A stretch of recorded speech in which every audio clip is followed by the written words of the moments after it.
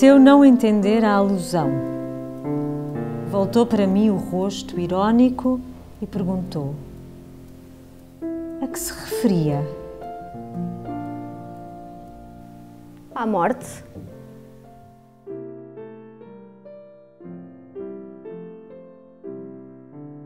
Sim, eu também falava na morte, mas surpreendeu-me que você estivesse a pensar no mesmo. Todos pensamos no mesmo a partir de certa altura. Talvez. Mas nem todos de igual maneira. Eu sou forte, por isso é que penso nela. Detesto a fraqueza que se remedeia na imaginação e nas hipóteses. Não creio em nada. Não desejo crer em nada. Pensa que vai morrer quando quiser? É isso. Trabalho na minha morte. Um homem verdadeiro tem direitos e deveres para com a sua morte. Sabe que eu estou a construir uma casa? Sim, já me disse.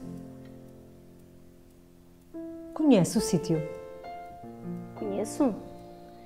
Fica na outra costa da ilha. Há a montanha, sem árvores, pedras e urzes. Pavoroso. De fronte fica o mar. O mar lá é bravio. É água cinzenta e branca. E atrás há a grande montanha por onde só andam cabras. Mas na planície à direita crescem as árvores onde o vento do mar vem bater. De noite tudo aquilo vibra e uiva. E a terra arenosa estende-se pelo outro lado fora.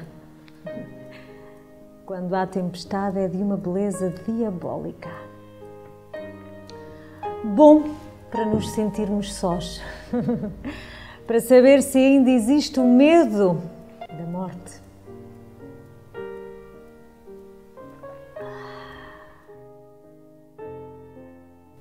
Compreendo, construa aí a sua casa. Construo a casa muito devagar. É a minha última tarefa. Forço os operários a trabalhar lentamente. Estão espantados. O capataz supõe que eu sou louco. Nunca custou tão caro uma casa de um só piso.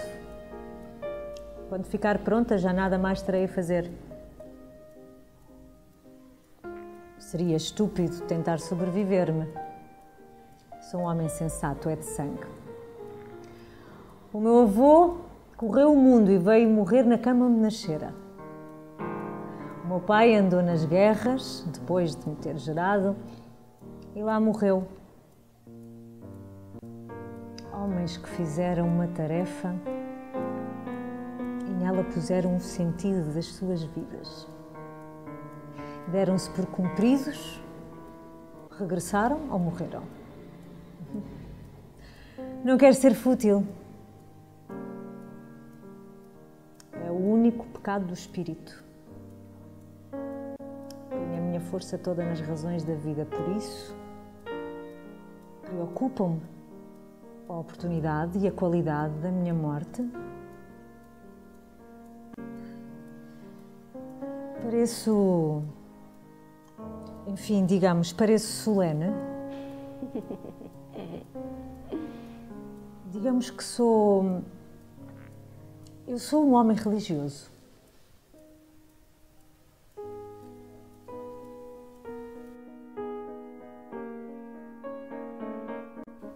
No entanto, Claro, não acredito em nada disso. Essas coisas.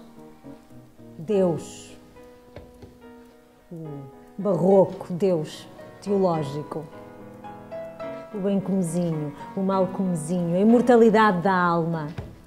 Detestável, tudo isso. As crenças e as virtudes da baixa religiosidade. talvez creia que a vida e a morte se abram uma para a outra, se alimentem mutuamente. Que seja cada uma delas uma espécie de duplo da outra. Se animem, por assim dizer, se justifiquem e signifiquem entre si. Queres exprimi-lo desse modo? Talvez seja isso. Aos 25 anos fui viajar. Estive em muitos países. Vivi há alguns anos em várias das maiores cidades do mundo. Valeu a pena.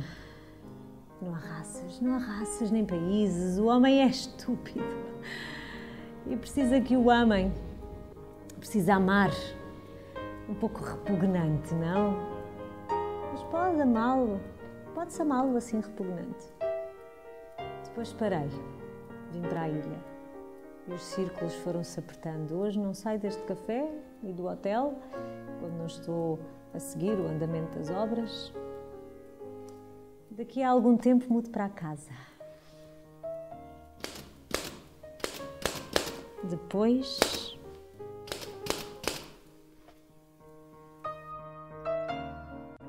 Compreendo o que eu digo quando falo de espírito religioso.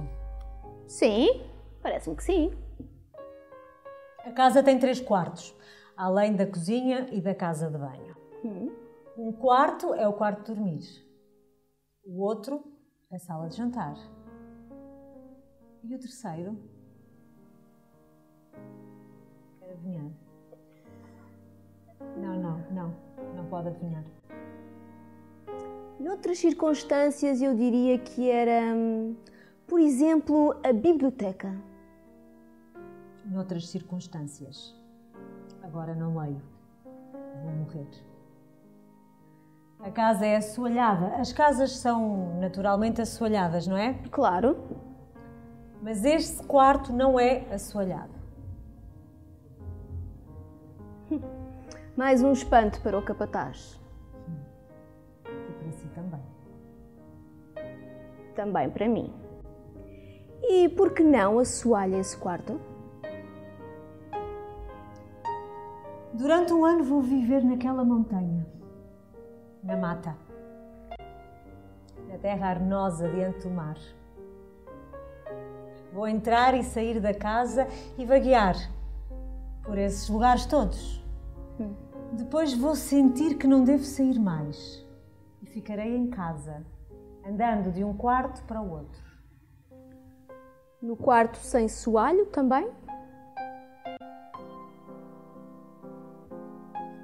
Lembra-se de eu ter falado do vento marítimo batendo nas árvores?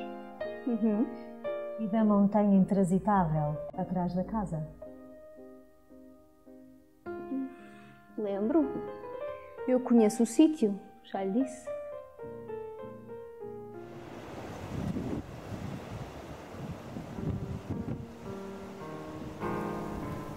O barulho do mar e do vento. A montanha. A ideia da montanha impraticável. E a terra arenosa por ali fora. A solidão. Sentir sobretudo que não pode haver medo. Fecho as portas de casa. A porta da saída e as portas dos quartos entre si. E fico no quarto sem soalho. Deito-me no chão. Ouço o mar e o vento à frente e atrás da montanha, solitária e poderosa. Depois encosto a cara à terra profundíssima para escutar o seu sussurro, atravessando-a toda e passando por mim. Então, poderei morrer.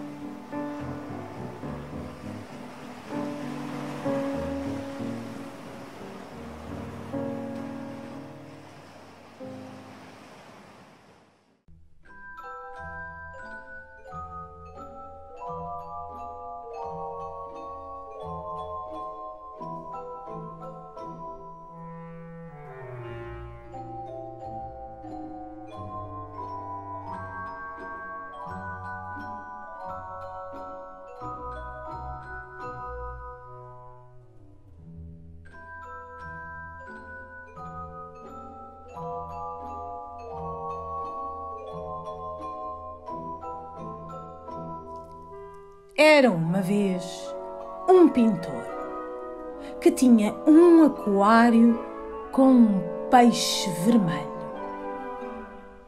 Vivia o peixe tranquilamente acompanhado pela sua cor vermelha, até que principiou a tornar-se negro a partir de dentro.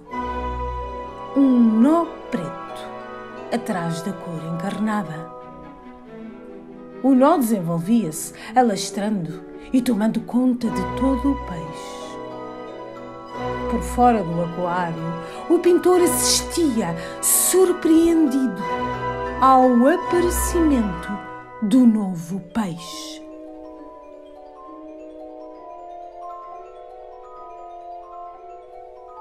O problema do artista era que, obrigado a interromper o quadro onde estava a chegar o vermelho do peixe, não sabia que fazer da cor preta que ele agora lhe ensinava. Os elementos do problema constituíam-se na observação dos factos e punham-se por esta ordem: peixe, vermelho, pintor, sendo o vermelho o nexo entre o peixe e o quadro através do pintor. O preto formava a insídia do real e abria um abismo na primitiva fidelidade do pintor. Ao meditar sobre as razões da mudança, exatamente quando assentava na sua fidelidade, o pintor supôs que o peixe, efetuando um número de mágica, mostrava que existia apenas uma lei, abrangendo tanto o mundo das coisas como o da imaginação. Era a lei da metamorfose.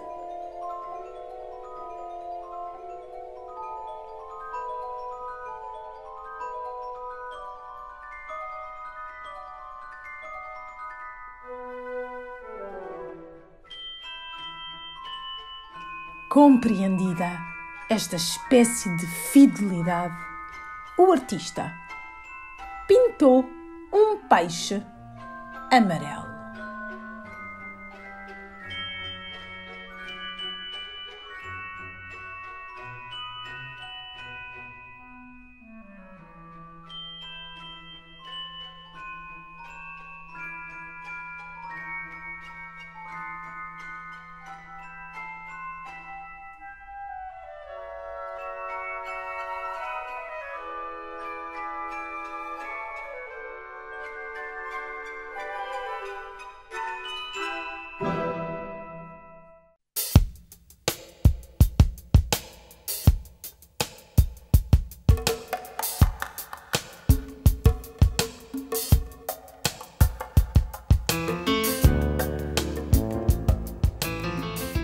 Olá a todos, sejam muito bem-vindos à terceira sessão de Contos Contados.